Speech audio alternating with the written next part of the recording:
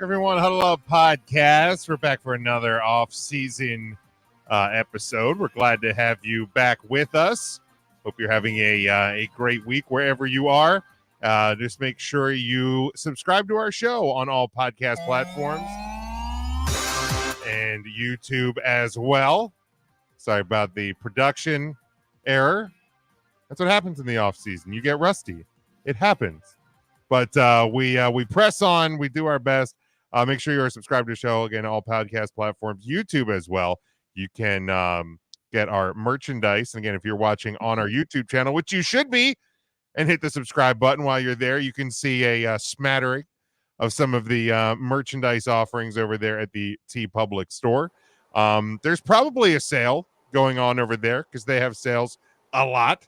So make sure you grab some of that and subscribe to us on all of our social media channels as well. Facebook, Twitter, and TikTok is at Huddle Up Podcast. Instagram is at Huddle Up Podcast Inc. And tell your friends. Get more people involved here. We're getting awful close to the new live season of the show coming up. So make sure you get with it. Get with us as we prepare for that. We're looking forward to another great year here on the show. So we'll go around the room, introduce the crew here with us. We'll start below me here. Student of the game, Kyle Nash. How we doing? An honor, joy, and privilege to jump aboard here. By the way, I had a random thought, Jim. You, as both a Notre Dame fan and a Cowboys fan, probably have some very conflicted feelings about one Joseph Clifford Montana. I mean, he's the actual greatest of all time. So, Woo! he luckily I was young when he was hurting me the most as a 49ers quarterback. So it's easy to forget. Matt, how we doing? Doing well. Excited to talk about all four sports, I guess, on this episode. Sad that EJ's not here because I know the question posed is, will this player help your team win a championship? And I would have liked to hear him say no all four times. Really? No. He's a Cowboys fan? No. Yeah. Mumble, no. See, I just did it for Ernest. I love you, bud. I love you, bud. Damn. Way out of line. They weren't fast enough, though. Mumble, no. Go Chiefs. I mean, Pats. I mean, Cowboys. And lastly, Mikey B, how we doing? We're just here to dunk on Ernest, ladies and gentlemen. Oh, boy. It's the best pastime. So tonight we're gonna do something that I don't even remember where or how this topic worked itself into my brain, but if you could add any single current player in each of the four leagues, Major League Baseball, the National Hockey League, and the NBA and the NFL, to your favorite team, who would you add? And then would that player be enough for your team to win the league championship? So we will start in Major League Baseball. I know Kyle didn't want to hold that in for all four sports with his love of baseball. So Kyle, I'll start with you. Do you even have a favorite baseball team? So I'm gonna fill in for EJ question. Okay, so it's obviously the Mets. No matter whether there's no way to win a championship. Okay, shut up, Matt. So with all inside, whatever. Philly season's over. Shut up. So no, but the answer is certainly China because you could kind of do both the pitching and the hitting. So sort of that could be. So that'd be the play I would add over there. Thank you, Ernest. That was perfect. That was fantastic. That was fantastic. The only critique I have is there's not a small child dunking on you in the background. Well, and like the lighting in your room is much better than that of a security van. The mic didn't cut out halfway through. Yeah, there. We can tell that Kyle has stable internet connection. Wow. Well, when you're driving away from the library because security has been called, the Wi-Fi signal tends to break up a little. It's true. You got to get the perp. No, and listen, maybe the kids were looking for me in the van to dunk and realized I wasn't there, and it was confusing. It's true. There it is. Matt, we'll go to you. First, and for each category, present your team and then who you would add and if they would put your team over the top. Sure. So my team is the Philadelphia Phillies. For this one, I wanted to choose someone who I think is actually a realistic trade target for them as the trade deadline comes in these next couple weeks here, and that would be Jazz Chisholm from the Miami Marlins.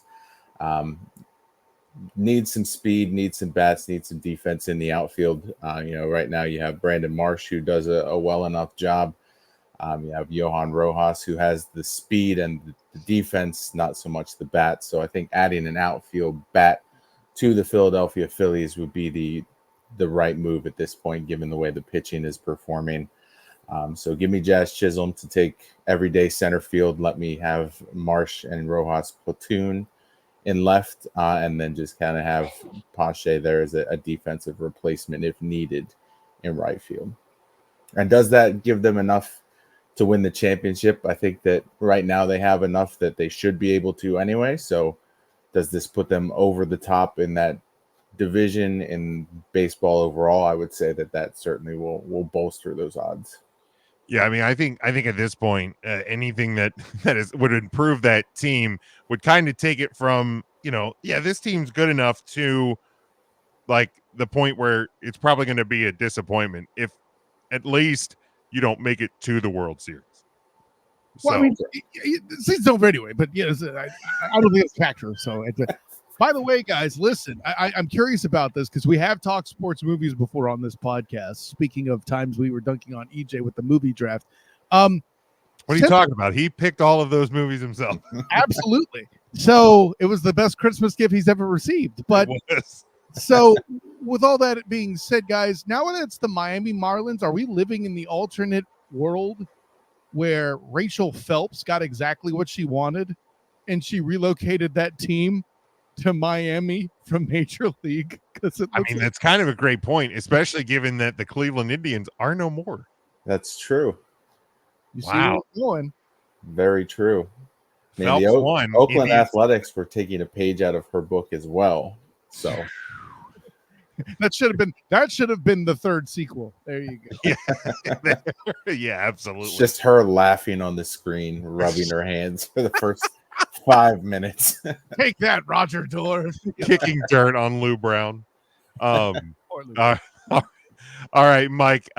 Who do you got in Major League Baseball?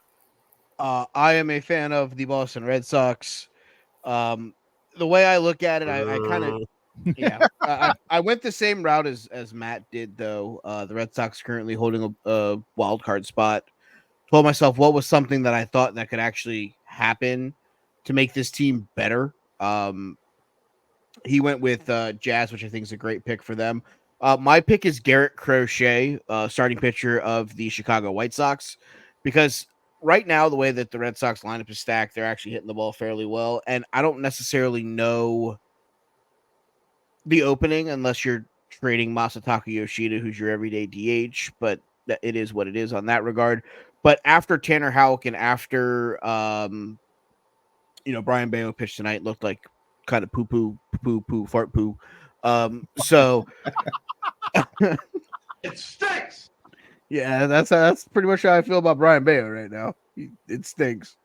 So I feel like they need another starting pitcher if they're going to actually keep themselves in this run going into September. And I think he's the piece right now that's readily available. Him and maybe Jesus Luzardo of Miami. But Crochet, a starter from the left side, I think is the piece that Boston would need. Does that make them a contender for a World Series appearance or to win the World Series? I'm still going to say no. I think that this is a team that is more than one move away. If you're telling me that I could make 3 or 4 moves and I can get a starter and I could get a shortstop so I could put Rafaela back in the outfield and I'm eventually going to get Tristan Casas back. Sure, this team could do crazy things. I've seen them do crazy things before. see Kyle Schwarber hitting leadoff and hitting a grand slam that hasn't landed. But here we are. So I look at it from that perspective. I don't think a singular move puts Boston in the World Series contention. There's still a lot of teams to jump in the American League. Jim's Baltimore Orioles, as much as I despise the New York Yankees, they're still around. The AL West is going to figure it out at some point. Seattle, Houston, Texas, like there's going to be teams there. I mean, the Central's going to come back to One or earth. more of those teams will eventually figure it out. Yeah, and I think the AL Central comes back to earth. I don't think that the Guardians and the Twins are going to keep winning at 630 and 580 clips, Yeah, but I mean, one of those teams is going to win that division by default, but that's about it. yeah. So I mean, if Smart and call themselves the Spiders after all. So I mean, the other name that I floated was a shortstop, and it was Bo Bichette if Toronto decided to implode the whole thing.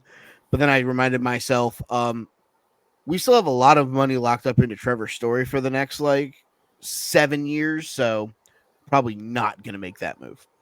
Probably, yeah. As Mike already said, I'm an Orioles fan. When we were first going to do this topic back in May, things were still really, really great for the Orioles, and I say that in a time when at time of recording the Orioles have the second best record in baseball, but at the time we still had 5 starting pitchers that were worth a shit. And then so I was going to go like Bryce Harper because I'm like, this roster is really good, but so let me just add somebody fun. I think he would have fun in Baltimore. You have the splash zone and you have the hydration station and all that. And baseball's fun in Baltimore again. So why not add a more fun piece? In the time that we didn't record this, till now, the Orioles have lost 3 of their starting pitchers to elbow surgeries. So literally any starting pitcher, I will take any starting pitcher. Just anyone. Jim, why did you take Shohei Ohtani? I had to interrupt somebody to complete the impression. I'm sorry, Jim, but Jim, why not Shohei? Because then you get both offense and defense. Jim? Can I ask you this question? Yes. If Texas, my question, yeah. Sorry. You're not wrong. That's why I did this. If Texas decides to sell, would you take Max Scherzer for a playoff run? Sure. I mean, so you're taking anyone with a pulse. Basically, I mean, the bottom line is even Scherzer at this point is going to be a better option than at least the 4th and 5th option in the Orioles rotation. But the name I actually wrote down just because when push comes to shove, I think he's probably the best starting pitcher in baseball, and that's Zach Wheeler. If we're gonna do the fantasy booking thing, I might as well fantasy book it properly, and steal one from the Phillies. They have enough great starting pitchers that the Orioles just don't have now because goddamn elbows just falling off in Charm City. So it's Corbin Burns, it's Dean Creamer, it's Corbin Burnson. No, that's the guy from Major League. Correct. Who else starts for you guys? Keegan Aiken, Cole Irvin, and whoever shows up at the park that day. All right, cool. Could be Burns, Rodriguez, Kramer, and then they're kind of piecemealing. They've moved pieces back and forth from AAA. It's a constant struggle. So we're going Johnny Holstaff tonight. Beautiful. All right. We will move next to the National Hockey League. Why don't we go in the same order? We'll flip the order for the NBA and the NFL. But Kyle, in the NHL, who do you got?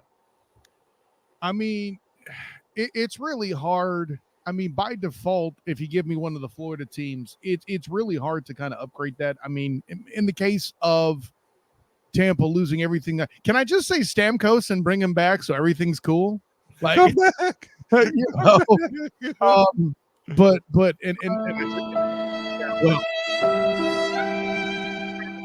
that with my dude Nick Porcelli on the student game last week, bro. I get you. Mikey Byrne was there for that with some great analysis. But Mikey Byrne remind me of this. What is the Rangers goalie's name from the playoffs who did so well? Are you talking about Igor Shesterkin? Shesterkin. I knew I was going to get it wrong. That's why I had someone else say it. Well, listen, in either case, if you can get goalkeeping like that on a regular basis, like he pulled off in the playoffs to basically will that team as far as they did, I don't see anybody doing worse at the most important position. And, listen, I would argue true for hockey like it is football. According to former Cowboy great Jimmy Johnson, most important player on your team is the goalie. Second most important player on the team could be the backup goalie. So even then, if you're set there, adding that would be a great thing, and I'll leave it at that. Yeah, tell that to the 2005, I believe it was, Edmonton Oilers, who lost Dwayne Rollison at the end of the Western Conference Finals. The Carolina Hurricanes are still thanking you for that. All right, Matt, who would you go with in the NHL? I can't disagree that the goalie is the most important position in hockey, but given how snake bit my Philadelphia Flyers are at the goalie position, I don't want to wish that upon anyone that I'm going to take from another team. So we'll ride with who we have at this point. And so for the Flyers, I mean, pick a position. They can use help anywhere. But in this instance, I went defense, and why not choose who was just named the best defender of the year in Quinn Hughes from Vancouver. Shore up some of the defensive lines in Philadelphia first. The offense, they have enough pieces in terms of Konechny, and when we bring over Matchkoff, I think that'll do enough offensively to get people excited. So let's look to the defense and give me Quinn. There you go. Yeah, I mean, as a Flyers fan, how did it feel seeing Bob get the ultimate goal this year? I was happy for him. I always liked Bob when he was in net here, and just went through so many coaching carousels. You knew he wasn't going to get the chance to shine. Yeah, I that's honestly what I saw from a lot of Flyers fans. I mean, the front office, and then front office some more. But yeah, watching. They had Solars too as their backup, right? Who's also a Philadelphia product. Yeah, that's right. I forgot he was at one point was a Flyers prospect. So yeah, it was a full Flyers. You're welcome, Florida. I mean, listen. First of all, thank you. Second, did Hextall curse you guys or something? What's the deal with y'all getting snake bait like that at the goalie spot? It's crazy. I mean, it really has been since him that there's just been awfulness. Literal. I didn't pick that name just for the shit of it. I know I'm hockey ignorant. I'm not hockey. Well, you're no EJ. Oh damn. Mikey B, who do you got for our Washington Capitals? I mean, I think the easy pick is the same pick that student of the game Kyle Nash took, because I think that would for sure lock up some holes. But I'm going to go a little different here. I'm going to go with the offensive side of what's going on, and it's because I don't think that adding a singular piece is going to make the Washington Capitals hoist Lord Stanley, but it might get us a wee bit closer to Alexander Ovechkin passing Wayne Gretzky in the all-time goal-scoring record, which is what I'm aiming for here. I'm going to take Nathan MacKinnon from the Colorado Avalanche. An offensive scoring center, good in the face-off circle. I think he's a guy who can move the puck very well, will help Ovechkin get in the office and maybe try to get past that goal, that goal record. So I think that's the route I'm going here with Nathan MacKinnon. Following, I didn't give my my Orioles pick. I do think that adding Wheeler could get them a championship. I think they're a roster that is good enough. That's why I'm just praying that this front office does something for starting pitching before the real trade deadline. Obviously, they're not going to go get Zach Wheeler. But they're good enough to win a championship. Mike, I kind of had the same idea as you. I mean, we've seen in the couple of weeks since NHL free agency has opened that the Capitals are making moves this summer. They've added a lot of pieces. And I'm excited for what the upcoming season will bring. They got a center, Pierre-Luc Dubois from the Los Angeles Kings. Such a hockey name, dude. It's a fantastic hockey name, and it's one that apparently Alex Ovechkin tweeted a thumbs up or texted a thumbs up emoji to the general manager after the trade was made. So if the big man's happy, then we're all happy, and we're looking forward to it. I kind of went same idea, but again, if we're gonna shoot for the moon here, I might as well shoot for the greatest player overall in the National Hockey League at this point. Let's be real; he's probably not going to win a Stanley Cup in Edmonton. So let's bring Connor McDavid to Washington. I mean, he was my second guy. So I right. mean, I was like, man, when you started saying, I'm like, motherfucker, you're about to take mine. But I unfortunately, I don't think he alone could get this team over the top. They are still at least a couple of years away. They still have prospects from the now back-to-back Calder Cup champion Hershey Bears.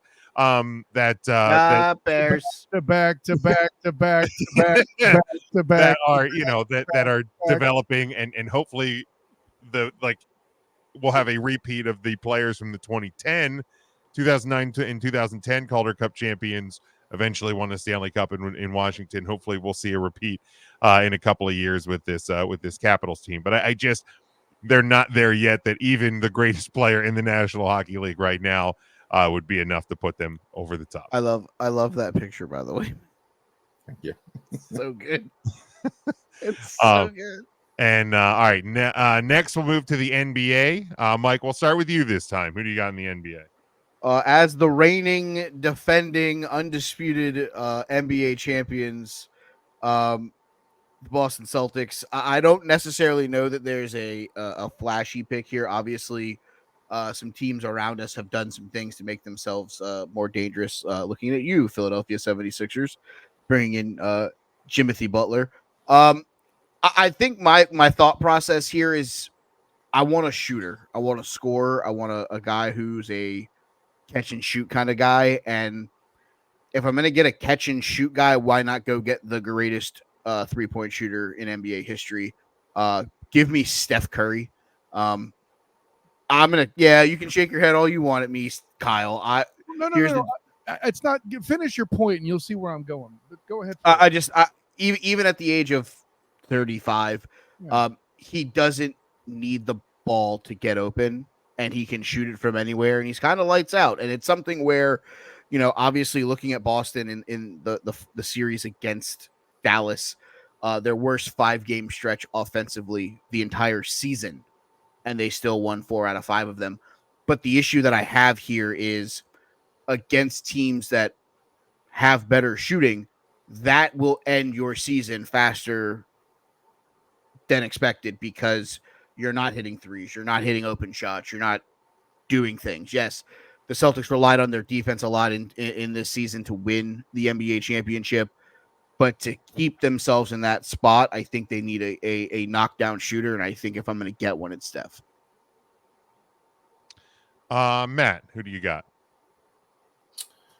So this pick will probably get some eye rolls as well. But given the Philadelphia 76ers and the moves they've made in the offseason, you have one of, if not the best big men in the game right now in Joel Embiid. You have a creator in Tyrese Maxey, and now you have a catch and shoot and a strong defender in Paul George, as well as drafting McCain, who was just lights out at Duke from beyond the arc. So it's not really shooting necessarily that they need. They need someone that can pass, someone that can play defense, someone that can man the 4 position. So I, as a member of the fan base of the Philadelphia 76ers, would love to see one Benjamin Simmons return to Philadelphia and take that position fully. Defense, passing, rebounding. That's what they need. And he fills all 3 of those holes perfectly, if healthy. Here's the thing. I don't think you're wrong in the assessment, but man, like let's be fair. Right, for right or wrong, how would night 1 at the Wells Fargo Center go when that man takes the court? If the first pass is intercepted, if the first shot is a fucking air ball, oh, he's not taking shots. He wouldn't. He wouldn't get the ball. He wouldn't. The booze would start during player introduction, starting at the 4. Boo! You might get pelted by a hot dog as he's like dapping up his teammates. Like,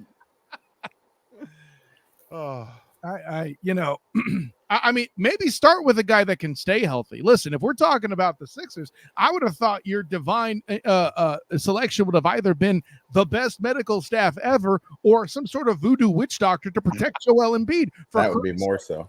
You Correct. know, so I get that. And to be fair, neither of those are players, which wouldn't fit into the. I know I'm stretching a bit there, but it certainly beats the shit out of Ben Simmons.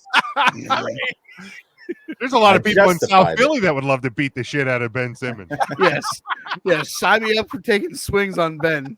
But speaking of beating on things, listen, it's interesting you pick Steph Curry, and it's not that I dislike the strategy in and of itself, but there's only one basketball, and sharing that Humpy Bumpy has been an issue at times with this group. Yeah, I know they're playing good team ball, but that's my point. You don't need all that. And shooting, obviously, you can always get more shots. Here's the thing, and here's the part you Celtics fans can't accept. Not just you, Bern. You're smart enough to know and accept that you've had one of the easiest roads to this finals, probably and possibly of all time. And granted, to the Celtics' credit, part of it is work they did. That was easy. In stealing Drew Holiday from the Bucks. Before a single goddamn basketball was dribbled, you took those motherfuckers out.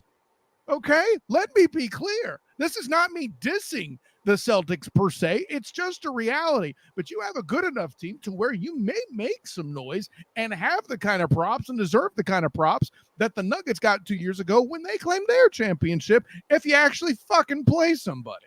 Here's the thing. You are one game away from a Porzingis injury, turning around the Mavericks and giving them life. Mm-hmm. And you pick Steph Curry. I'm not saying you should go and pick Draymond Green. That would be ridiculous. But Porzingis is your Draymond Green, and you have a 30, I forgot how old, who's your back? It's Horford, right? Big Al. You know, maybe we get somebody of a bit more size in there. If here's the thing, if I'm picking a center, I'm not picking Draymond. I'm going to San Antonio and I'm picking Victor Wembanyama. Yeah, well, I was about to say that, and I'm going to go get length. Remember, the lead was, I'm not saying get Draymond, right? Correct. Porzingis is currently that guy. Yeah, you get Wemby in there. You know, oh, and by the way, he can shoot a little bit too. So, you know, Steph Curry.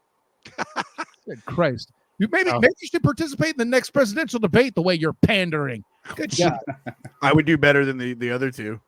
That's what I was implying. That is a disgusting act. The ball is the floor. Now, Kyle, now that you've exercised the demons, do you have an answer to the question? Well, and I don't really have an NBA team like I used to. Long ago, I was a Suns fan, but now I'll take the Magic by default because as a member of the press, the better they do, the more cool shit I get to see. And Game 6 against the Cleveland Cavaliers, where they sent it back for Game 7, should have been the series closing winning game, but that 1-point loss in Cleveland at Game 5 prevented that. Hey, man, listen, this team's up and coming. They added a piece with Kentavious Caldwell Pope. I dig it. Very nice move. They stood pat in a lot of other places. I dig that they like what they're doing. But if I am forced to pick somebody who's a force in every way, shape, and form, Game 6 also made me realize something. Donovan Mitchell's a bad mamma jamma, and he's a guy that can hit it from anywhere on the court. Sure, the Magic needs shooting first, but another guy besides Paulo that can create. I like Franz, and I don't mind that he got the rookie max, but he is not Donovan Mitchell. And I think if they had gotten him from Cleveland, that would be a hell of a note.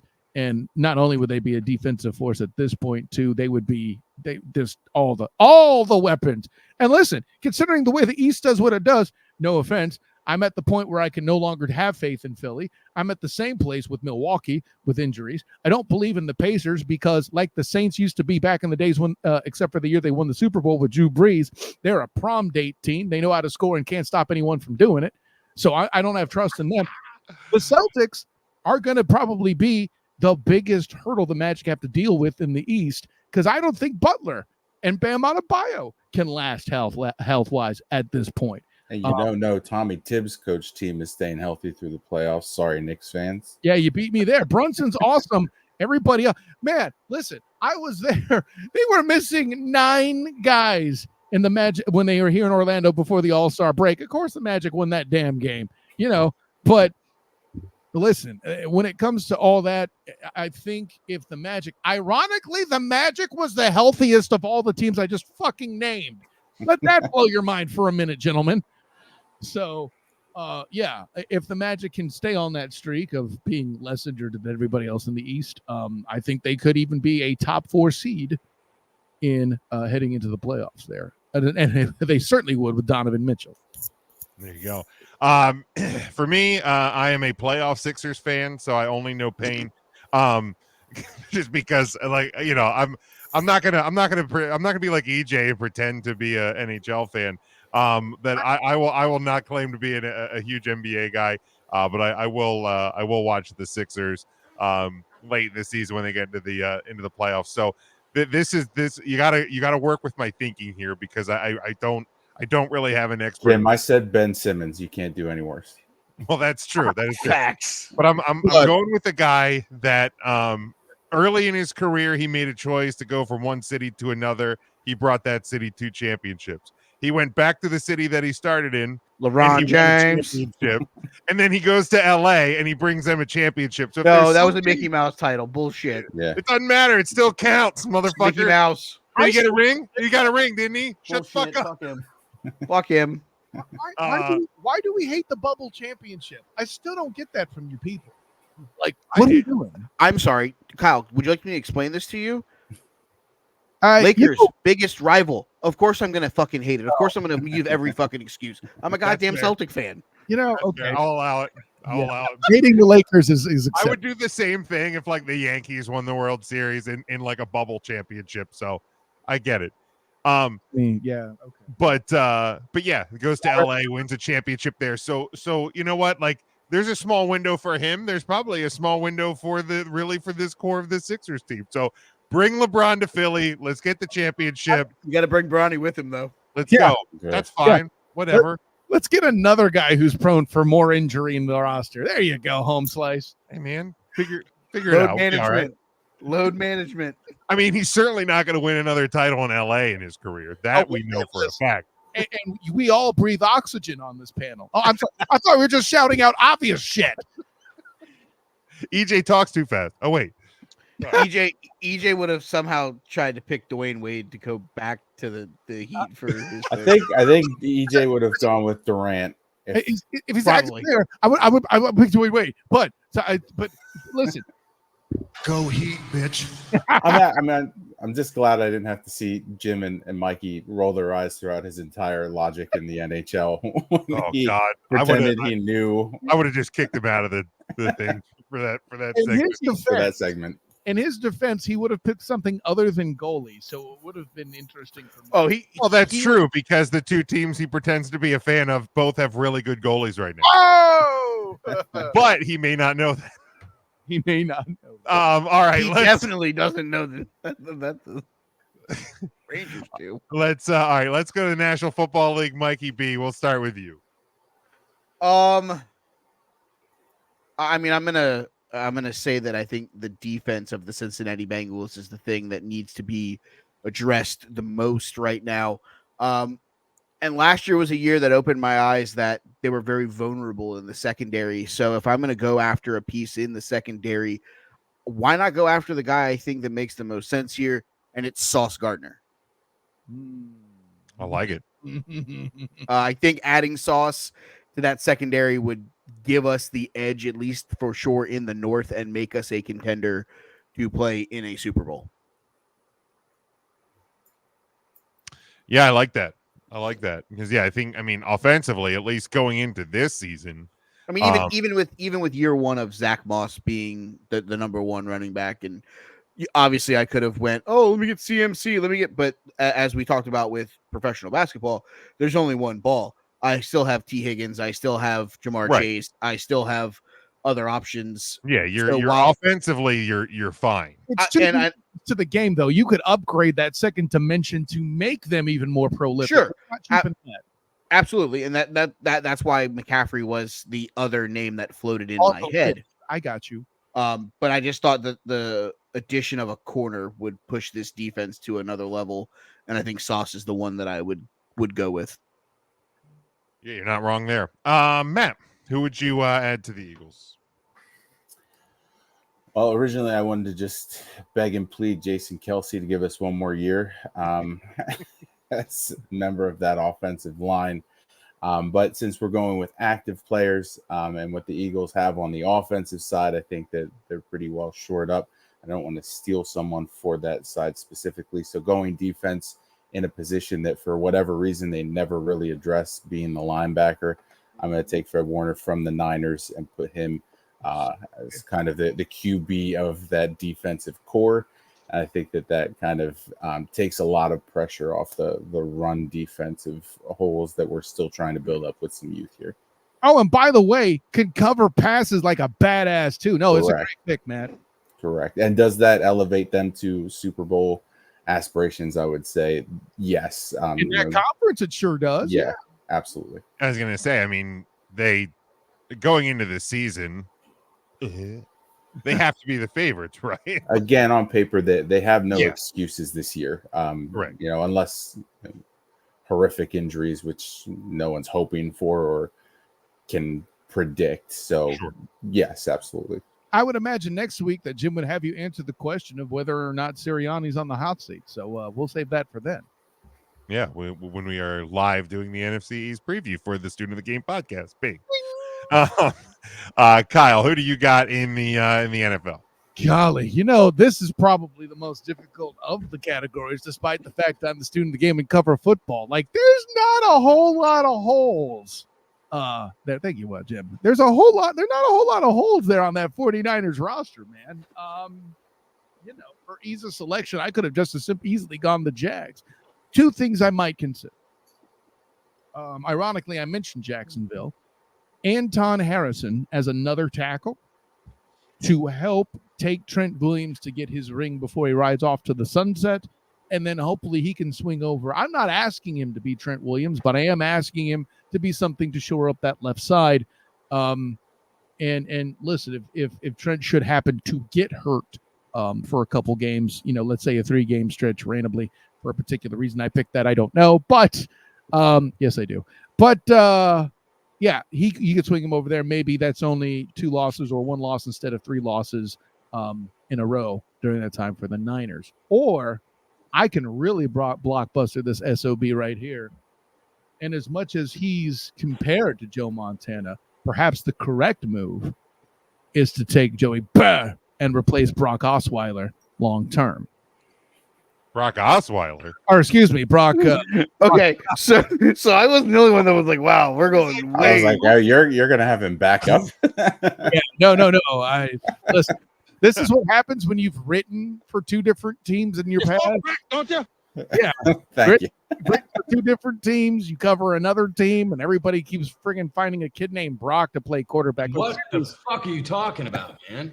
As stereotypes for quarterback first names goes, Brock is one of them. I'm just saying. Yeah.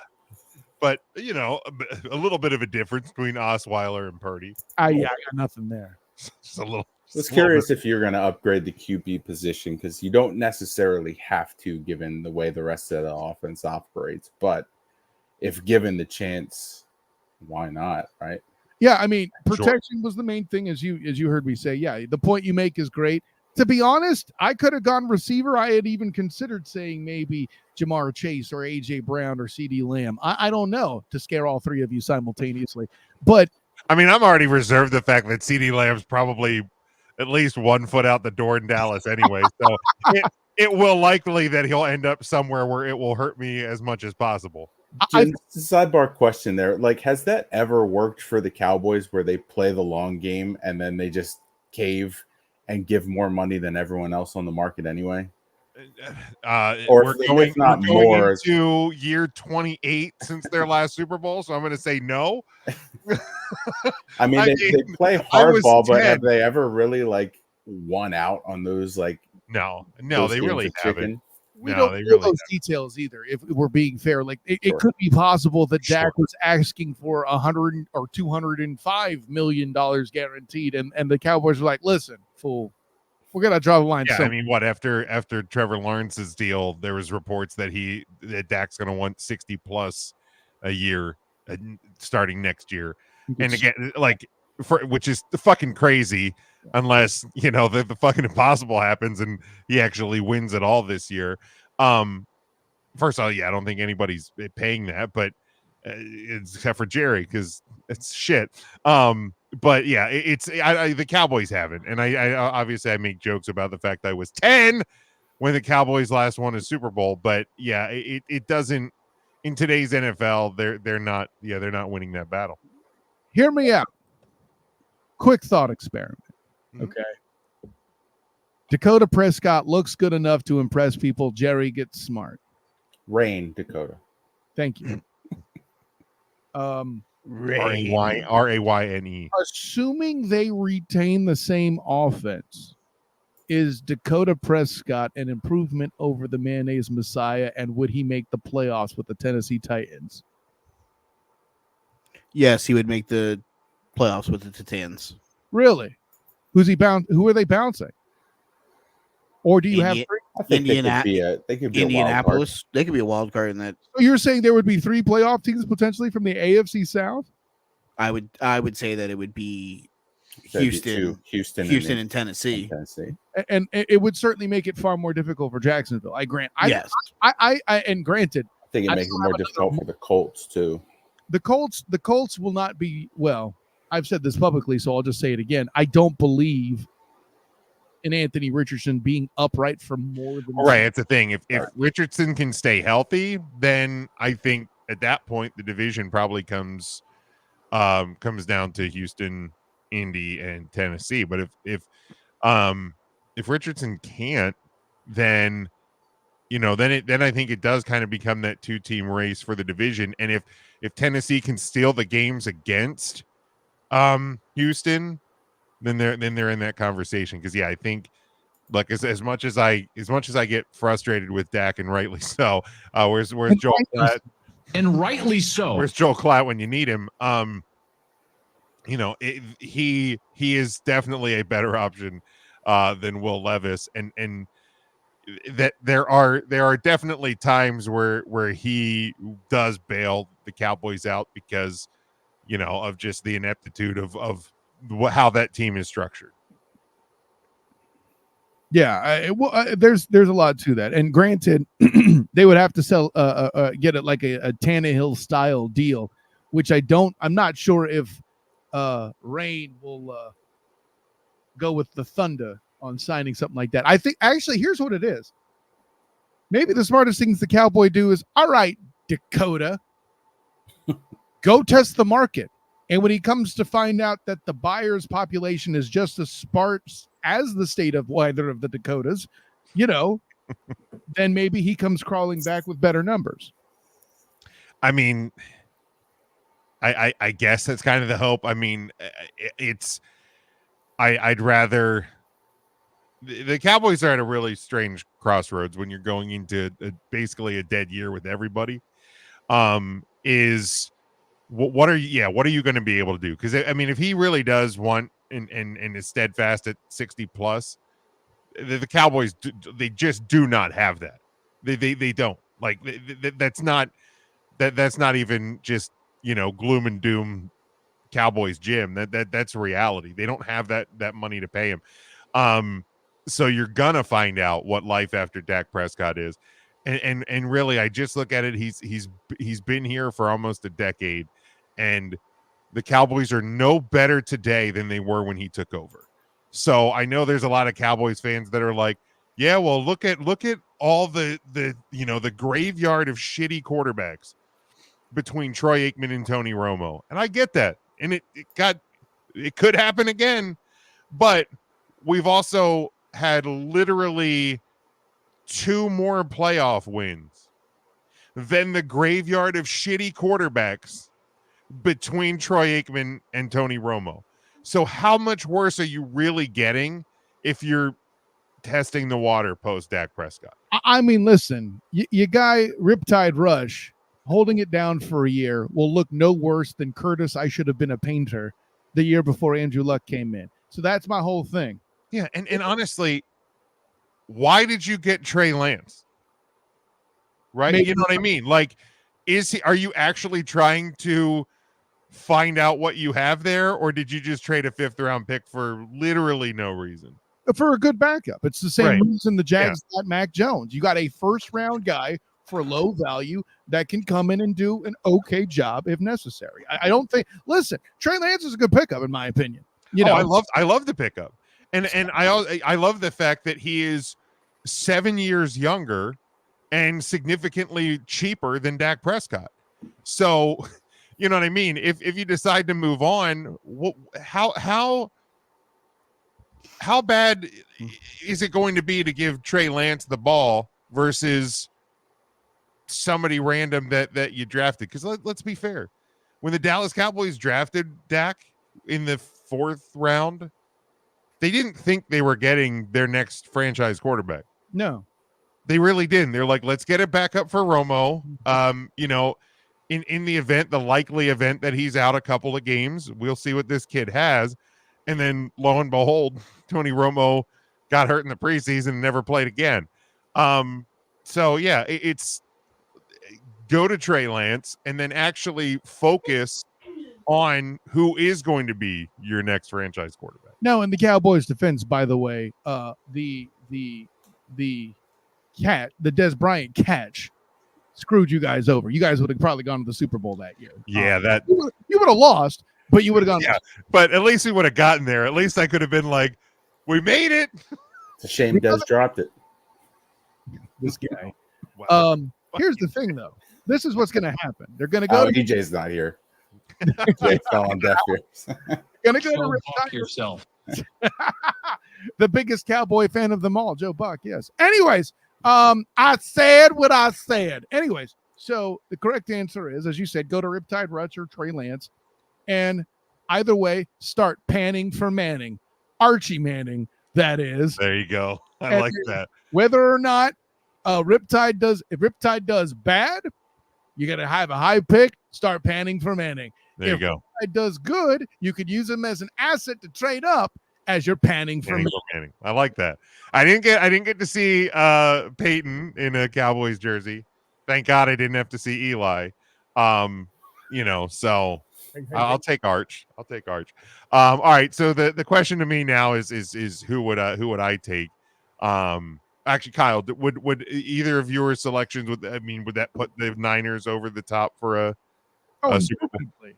Yeah. Absolutely. If you get somebody who can actually stop Chris Jones, okay, Brock Purdy actually throws the touchdown There you go. that wins that Super Bowl. That went to overtime because of that play. And I'm not even accounting for freak accidents like everybody forgetting about Christian McCaffrey fumbling on the opening drive for a turnover or that punt return thing. That was an absolute goddamn fluke, objectively, you know. Yeah, absolutely. Christ, you lift the Niners up this much and they beat Patrick Mahomes II in overtime. It was 4th and fucking 1, gentlemen. You literally cannot get any closer. That's true. That is very true. All right, for me, obviously the Cowboys. Again, as I've done, well, at least with 2 out of the previous 3, I've shot the big shot because if we're fantasy booking again, why not do it? So if one of my things with the Dallas Cowboys, my biggest problems with them is respectfully Rain Dakota Prescott, why not replace him with arguably the greatest guy to ever do it, Patrick LaVon Mahomes II, because the guy wins a lot of Super Bowls. So bring him in.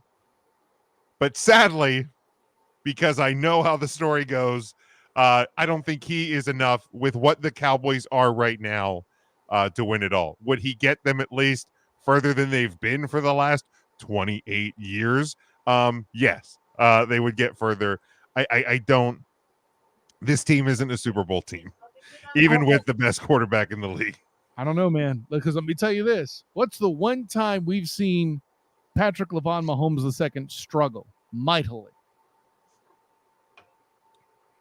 A particular Super Bowl where he still looked like the greatest quarterback of all time while getting whooped by the team that is helmed by the most accomplished quarterback of all time because he had no offensive line. Jim, you sent his protection packing.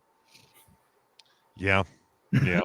I mean, I was gonna say I think that the Cowboys team, this team right now as it stands, is almost as on paper at least. Obviously, Patrick really hasn't had a ton of great weapons. I mean, it's been him doing it with duct tape and super glue with some of these skill position players and finding guys out of randomness. I mean, you give him a weapon like CeeDee Lamb, it takes him back to the Tyreek Hill days, and obviously, Isaiah Pacheco is probably better than the Zeke, Rico Dowell running game there, but I think that the Cowboys offense, the offensive line, and I think the receiving room is just as good as what Kansas City has. I mean, I think Kansas City's defense is probably a little bit better. Yeah. But Unfortunately, you're also playing in the NFC. That's fair.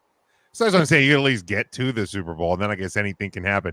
I don't think Jake Ferguson or Luke Schoonmaker is quite the same as Travis Kelce, though. I say he is losing his safety net in that, but no, but I also think CeeDee Lamb is in the head and shoulders. A most underappreciated interior O-line of all time. He had the guys when he lost to Bieber, okay, and couldn't do it. And it's because that interior offensive line was not intact. Yeah, and the Cowboys have lost their starting center and their two guards are both aging and getting hurt. I love Zach Martin. It is still probably one of my favorite picks in the last 15 years. Homer, yeah, exactly. Marge. Without question and unapologetically. And I wear my Cowboys number 70 very proudly many a Sunday as well. But he also missed a considerable amount of time last year to injury. Unfortunately, the most undefeated person in the history of sport is Father Time. So it's so yeah, I mean, the offensive line would be a concern, but yeah, he'd probably, at the very least, he would, I think, be enough to maybe get the Cowboys to the Super Bowl. But, I mean, is the Cowboys center enough of a badass to wear Crocs to an interview like Creed Humphrey is? he is not. Okay, that's all. Nor flippy floppies like He Jason also doesn't have as cool of a name as Creed. Dude, Creed Humphrey's a badass, man. Listen, I got to talk to that man. Wanted. We say no more. 2 Creed references in this episode, by the way. We're bringing it full circle. Apparently, he can take them higher. Yes. All right, guys. Any other thoughts to the topics that were this evening? Because here's the thing: they have the coach of the year in Brian Daboll, and so they're gonna do something, right? Giants suck, but they're not my team anyway. I'm a Cowboys fan. Go Chiefs. I mean Patriots. Fuck. Dolphins.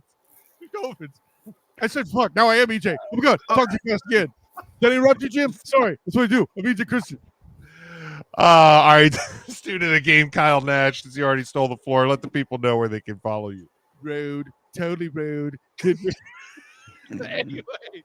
See, that's one thing I cannot. Don't be rude. I cannot touch his Trump impression. Shout out to Christian of Earnestly Speaking and this Huddle podcast. Of course, I'm Kyle Nash, student of the game. Find me on Twitter at the SOTG, as well as Instagram and Threads. And then find me on Facebook as a student of the game. Check out my writings with the Black and Gold Banneret and also the Night Shift podcast on the Black and Gold Banneret. Check that out, Black and Gold Banneret YouTube channel there. Of course, my work with Jaguars on SI. Doing some writings there, as well as the 3-point conversion, doing the occasional NBA action. And hey, my annual football preview for a division is coming up. I'm assuming it's the AFC South, but we'll see once it's assigned by the powers that be there. So look out for that coming up here soon. And of course, the Duval Dive on Friday, 11 a.m. with my guy, Travis C. Holmes of BigCatCountry.com. Doing a grab bag with a lot of questions coming in from fans there too. So if you have something you want us to go over, if we have time, we'll do it. Hit me up on Twitter or Travis at Travis D. Holmes. And then the Student of the Game podcast tomorrow night as we do this live Wednesday night, 9 p.m. Eastern, where we do the AFC West preview. My guy, Mikey, the Burn, will jump in and talk Vegas. And I mean, listen, it's appropriate. He's a degenerate that bets anyway, so he should be talking Vegas. That's my opinion. And yeah, but Booga Peters and Brian Paul, as well as Colin Cronin, all jumping in to talk some AFC West action, previewing all their teams. And yeah, it should be a great time. Honor to our privilege doing this as well. But until next time, everyone, class dismissed. Very good, Matt. Yep, you can hear me on Mondays on the Maximize Monday podcast, Tuesdays and Thursdays on Podcast 3CT, and you can follow me across all platforms at Teaching to the Choir. All right, Mikey B. One more time, thank you next week for filling in for me while I'm in Greece doing the NFC East. That'll be fun. You can follow me on Twitter at They Call Me Bird. You can listen to me talk wrestling on the Take 3 Wrestling podcast. Eventually, the Mount's going to restart where we go over the Mount Rushmores with me and my good friend Jason Gross. I've had some preliminary conversations about bringing back the FKC Fantasy Hour. So check all that stuff out on the feed. And as always, guys, it's a lot of fun. We'll do this again soon. Yes, sir. Yep. You can follow me on Twitter at Big Jim Sports, but make sure you are following along with the show. We are at Huddle Up Podcast, Facebook, Twitter, Instagram, and TikTok. You can get us on, it's Facebook, Twitter, and TikTok at Huddle Up Podcast. You can get us on Instagram at Huddle Up Podcast Inc. You can get your merchandise over at tpublic.com. Subscribe to us on all podcast platforms, including Spotify, Amazon Music, Apple Podcasts, and more. Rate and review where you can. Also, hit us on our YouTube channel. You should be watching the video anyway, but hit subscribe while you are there. We'll have our live show starting back up in August. We'll be hitting some more off-season topics in the meantime to get us up to that point. Stay with us on social media so you know when our first live show of the new season will be. Until next time, stay safe, stay smart, and as always, go for the win.